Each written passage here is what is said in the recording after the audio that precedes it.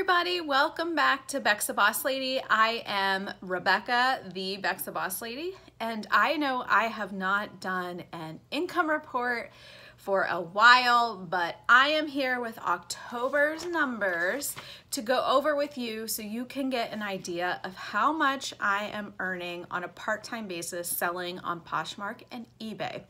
Now, I share my numbers so you can get a realistic idea of what you are able to do as well in your business reselling online. So, for the month of October, I am really happy with the results. Partially because I was in the Bahamas for a week, I was at PoshFest for 3 days, I was in Ohio, so I probably only worked on my business for about maybe 2.5 weeks for the whole month of October. And I spent a lot of money on inventory in September, so I really was not trying to source at all in October, and we'll see what has happened here. Okay, so for the month of October, I had 115 items sell for a gross sales of $3,928. And my net, so gross is total. My net, once you take out the fees and any shipping that I paid for free, discounted shipping, any of that, is $2,991, and then my profit on that was $2,054. So that's after I subtract the cost of my goods out of that. Now, you have to understand that that is just for my reselling business. I also have a blog that I make money from. I do online marketing and affiliate marketing that I make money from, Google AdSense that I make money from. So I have several different areas of revenue coming in. This is just for my reselling business. So that's my October sales report. I had 31 eBay sales for a total sales of $1,058.55. My profit was $498.94 for eBay. My cost of goods for my eBay item was $218.85. That averages out to about $7.06 per item. My average profit per item on eBay was $16.09, which is a little lower than I typically want. My goal is always to have $20 or more average profit per item. However, I had quite a few things that I purchased from that ThredUp box you saw me get rid of, and I bought a ThredUp shoe box, and there were a few other things that I got, and I was really just trying to sell them off. So that did affect my average sales per item. Now on Poshmark, I sold 83 items on Poshmark. My cost of goods was $718.25, which averages out to about $8.65. My average cost per item is a little high right now, and that's because I've done several retail arbitrage trips, so I have paid up for some items to be able to make more on them. And so my gross sales on Poshmark in October of 2018 was $2,869.98. And I did not sell any mystery boxes in October. So that amount is sheer from items being sold individually or in bundles on Poshmark. My profit on Poshmark is $1,555.21. So instead of having $1,500 in sales, I had $1,500 in profit on Poshmark. And so for me, that was really good for the amount of work I put into it. So my total profit for the month of October for my part-time reselling business was $2,054. Now, what I do is I have profit for this business and profit for other parts of my businesses, and then I deduct out all of my expenses. So, you know, any shipping supplies I buy, any marketing that I paid for, anything like that, those profits, all that profit gets then further reduced by all of the expenses that I have for my business. So you still have to take that into account. If you're thinking about going full-time in your business, you really need to understand what you have to pay for, what your gross sales need to be, your cost per item, what you actually need to take home, subtract all of your business bills out of that, then your home bills out of that. So you really need to focus on what your financial goals need to be for your reselling business to sustain, you know, your rent, your mortgage, your kids, whatever the case may be. I do this because I don't want to allude to the fact that I am making a ton of money on the reselling sites, when in fact I'm making a good amount of money, but I could not live off of this money. This is money that we use to save, and it goes into bigger expenses when we have things happen, to contribute to our household, groceries, all of those kind of things. So my average profit per item on Poshmark dropped a little bit. It's now $18.73 for October, which that's okay. Like I said, I've been taking a lot of offers on Poshmark. If you're interested in anything in my closet, come over and make me a reasonable offer. I've been accepting them a lot lately. That has also contributed to making more money. So if I can give you any advice in this video, it's, you know, don't waste time with negotiating people or offering back a couple dollars, because more often than not, you'll lose the wholesale and you don't know when another buyer might come back for that item. So if it's, you know, my typical thing is if it's $5 or less that I wanted to get for the item, I will typically accept the offer, because I would rather have the money in my pocket now than wait another maybe 4, 5, 6 months, who knows, maybe a buyer never comes along, to get some money into my account. I lost money on only one item. So out of the 115 items I sold, I lost $2.24 on a J. Crew dress that I paid way too much for. I have no idea why I bought this dress, but I did lose money on that. My best flip for October was a pair of Joe Ghost boots, and that was an $87.61 profit.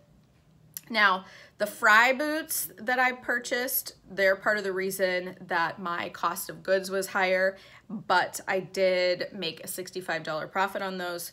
I had a pair of Prada shoes I found that my profit was $56, and a Louis Vuitton uniform blazer that my profit was $50 for.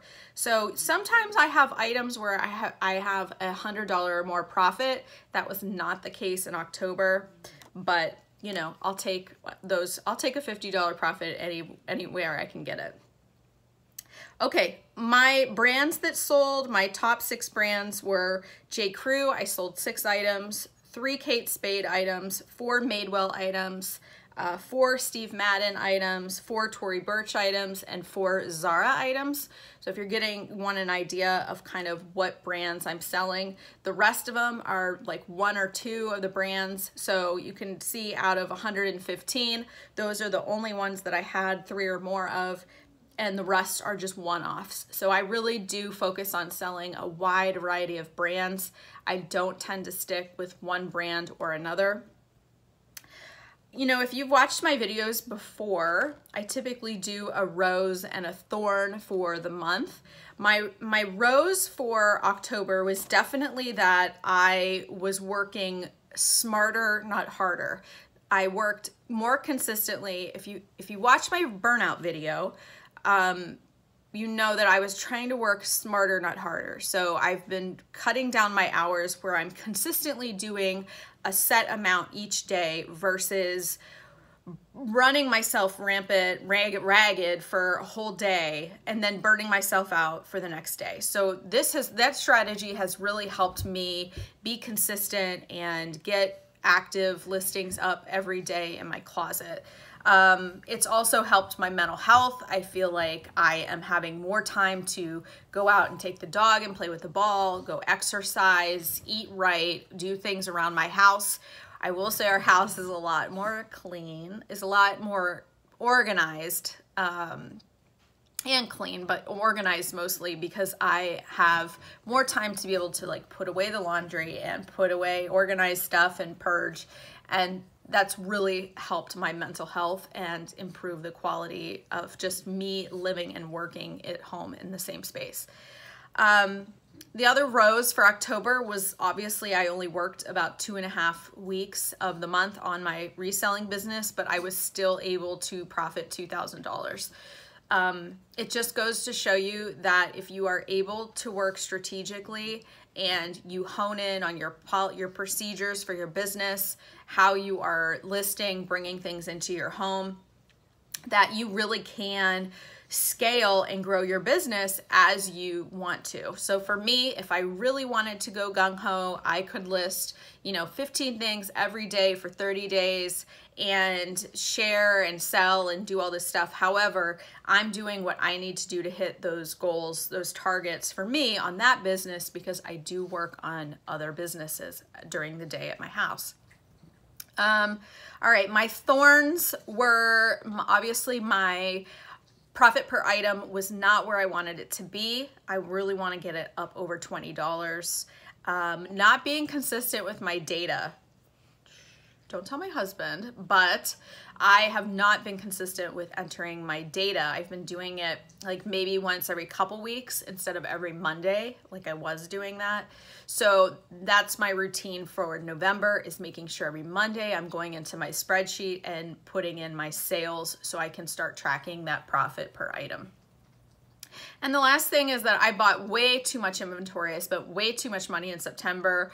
I had several road trips and I just went out. I went crazy and splurged, which I had no business doing. And so that really affected my business because I spent so much money on inventory in September that now I'm catching up and trying to make money off of all of those items. So I need to be more cognizant of how much I'm buying each month and spending only a certain amount of money based on how much I'm making. So usually I usually stick to only a couple $100s a month of sourcing, and I probably spent $1,500. I probably spent all of my profits in September, on inventory for the fall. And so, well, that's fine. I need to have some money for stuff. Plus, October, I had to pay to go to PoshFest and I had a vacation planned. So I was trying to get money for those trips by buying more inventory. And so now I'm working on selling all of that. But anyway, that is what has been going on with my reselling business. I am very happy with the way things are going. My sales so far in October, I'm filming this the first week of November, and they're off to an okay start. I think I'm at about 700. It's the 9th today, and I'm about $700 of sales on Poshmark, so I'm doing pretty well. But I will make sure that I keep doing my income reports for all of you so you can see what I've been doing. And make sure you subscribe to my videos. I'm going to start doing I've been doing a little bit of trial and error on Poshmark to see what things are working, what things aren't working. So if you are interested in any more Poshmark videos, make sure you subscribe to my channel.